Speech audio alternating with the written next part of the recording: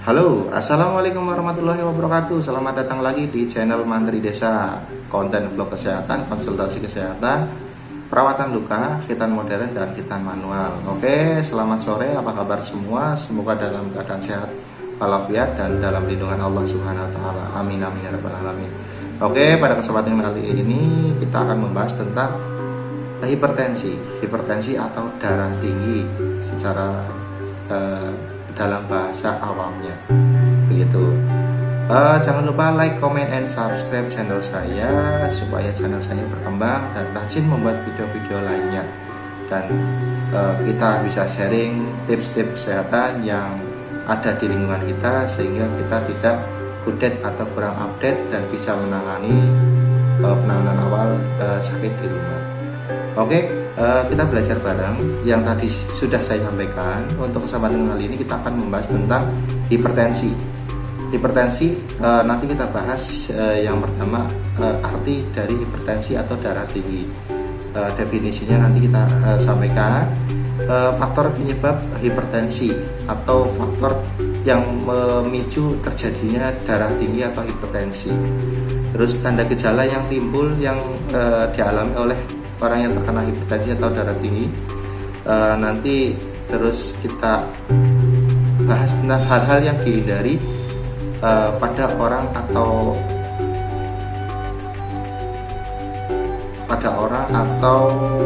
pasien yang terkena hipertensi atau darah tinggi. Selanjutnya hal-hal yang dianjurkan dan nanti pengobatan secara alami, makan makanan yang harus dianjurkan. Oke, kita bahas satu persatu. Kita awali dulu dengan bacaan basmalah terlebih dahulu.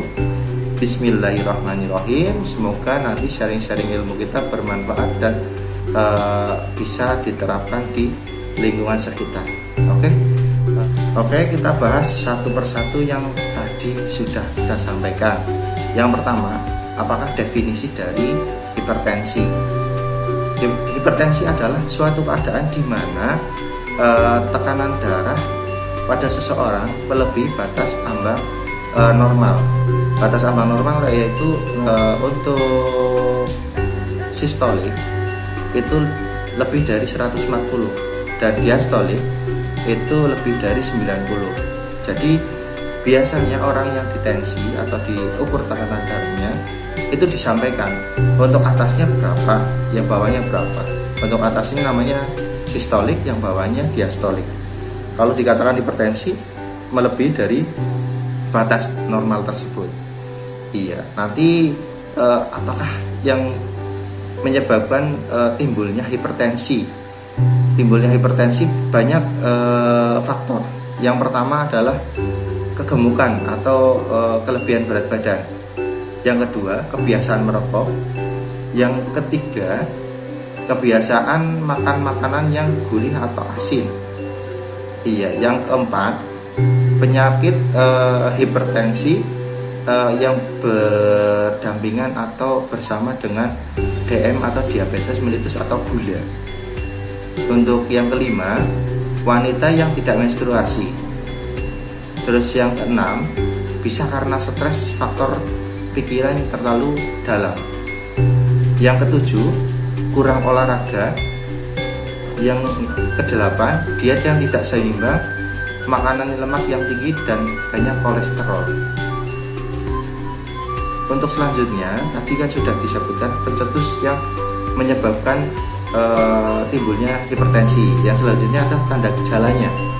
Tanda gejala dari hipertensi atau darah tinggi biasanya terjadi, yang pertama ada nyeri kepala atau sakit kepala. Yang kedua, rasa berat di tengkuk atau kencang di bagian tengkuk sini. Bisa mengakibatkan marah-marah, emosi tidak stabil, mata berkunang-kunang, terus rasanya puyeng atau biliar.